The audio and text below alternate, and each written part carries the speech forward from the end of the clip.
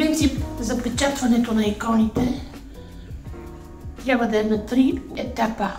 Тъй като основата на това запечатване е с восък и терпентин, аз продължавам с тази субстанция. Има и други варианти за запечатване на икони, най-различни видове лакове, фернизи, но аз избирам восъчната основа.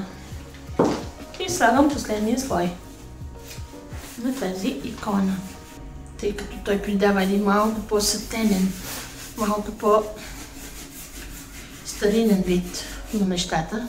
Когато се нанася восъчната основа, температурата трябва да е по-висока, трябва да е топличко, или трябва да е затоплена самата дъска отдолу. Старите майстори също, може би техните калфи, когато са запечатвали иконите, са използвали слънчевата светлина.